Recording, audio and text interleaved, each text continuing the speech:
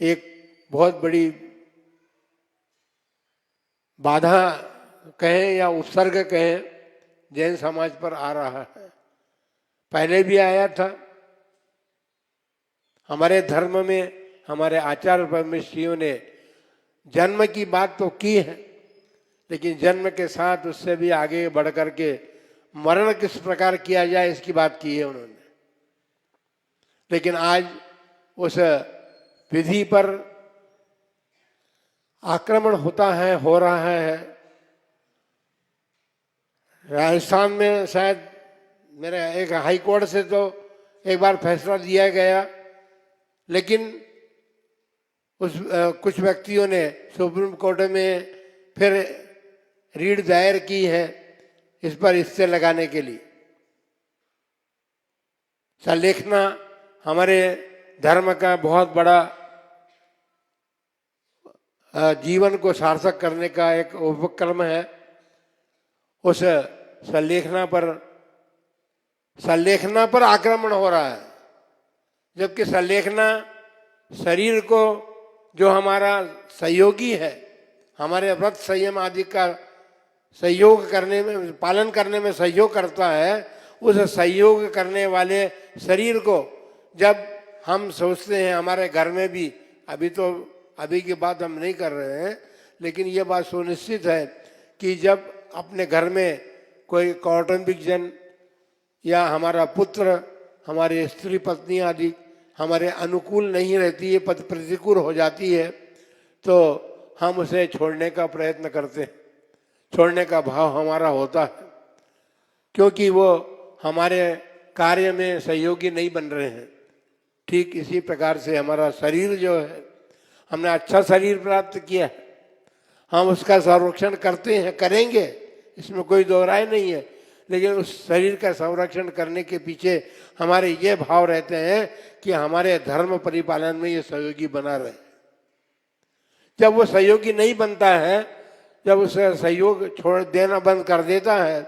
तो हम उस शरीर को विधि पूर्वक, ऐसे नहीं जैसे कि सुसाइड करने वाले लोग करते हैं, उनकी प्रतिकूल सामग्री उनको प्राप्त होती है, उनकी इच्छित वस्तु उन्हें प्राप्त होने में बाधाएं उपस्थित होती हैं, तो उसका मन करता है कि मैं सुसाइड करके मर जाऊं। वो सोचता है कि मरने के साथ मेरे सारे दुख दूर हो जाएंगे, लेकिन उसको इस बात का ज्ञान नहीं है कि मैं सुसाइड करने के बाद में और इससे भी अधिक दुखों को अपने साथ लेकर के जाऊंगा जहां भी जाऊंगा। हम तो एक बात कहते हैं कि जिनके जीवन में सुसाइड करने के भाव होते हैं ना, वो अपने भावी जीवन को बहुत छोटा करते हैं। या तो उन्हें गर्भ में, मनुष्य होंगे तो गर्भ में मरना पड़ेगा, इतना छोटा जीवन हो सकता है, और अधिक जीवन मिला तो बचपन में आपकी मृत्यु हो सकती है, थोड़ा और जीवन बड़ा हुआ तो जल्दी से जल्दी भी आप मरण करेंगे, लेकिन आत्मघात करने वाले अपने जीवन को लंबा नहीं चला सकते। क्या हमारे यहाँ संलेखन का विधान लिया गया है, अपने जीवन को हमारे शांत करने का एक विधान दिया है संलेखना, जिसमें कि कषाय को तो क्रश किया ही जाता है, बिना कषाय के तो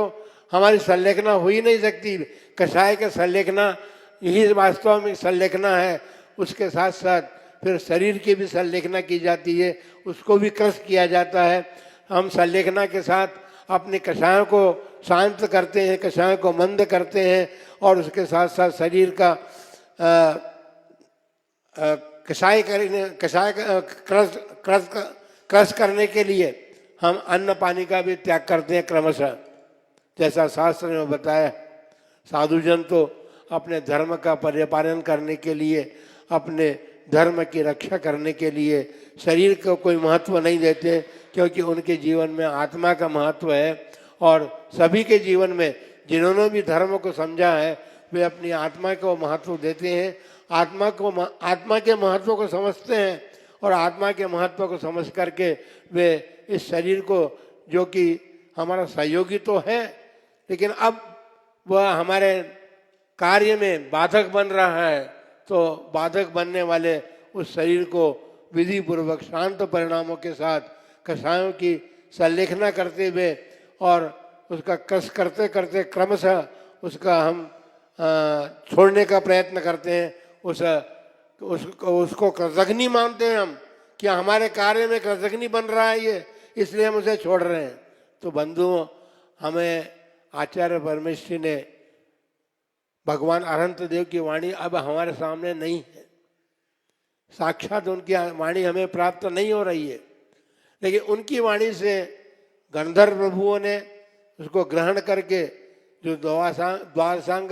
शास्त्रों की रचना की और उसके बाद आचार्य परमेश्वरियों के द्वारा महान उपकार हम पर हुआ है कि उन्होंने हमें शास्त्र में सारी विधियां दी है। उन्होंने संलेखना, अरे जन्म जब होता है तो आप उत्सव मनाते हैं, हमारे शास्त्रों में तो यह वर्णन किया है कि आप मरण का भी उत्सव मना सकें,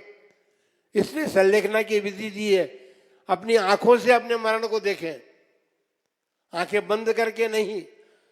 अपने संलेखना विधि तो ये है कि व्यक्ति अपने मरण को भी आते हुए देखता है कि अब मरण आ रहा है, मरण आ रहा है, मरण आ रहा है। आज बस आपके जीवन में कोई रोग उत्पन्न होता है, अस्पताल में भर्ती हो जाते हैं, आप मरण को भी नहीं देख पाते हैं, क्योंकि डॉक्टर लोग आपको नाना प्रकार के व्यवस्थाएं देते हैं, उसके माध्यम से आप वेंटिलेटर पर भी आप पड़े रहते हैं, मर जाएं तब भी वेंटिलेटर आपका जीवित घोषित करता है आपको। तो बताइए, ऐसे युग में संलेखना मरण जो है वो कोई सामान्य बात नहीं है, और वह दोष भी नहीं है, आत्मघात भी नहीं है वो। इसलिए हमको तो जो शास्त्रों के द्वारा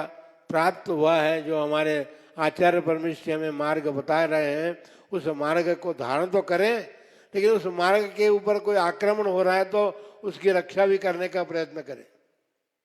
हमको जागृत होना पड़ेगा, जागना पड़ेगा, और जागृत होकर के उस संलेखना मार्ग को, जो कि हमारे मरण का सर्वोपरि उपयोग है, उसको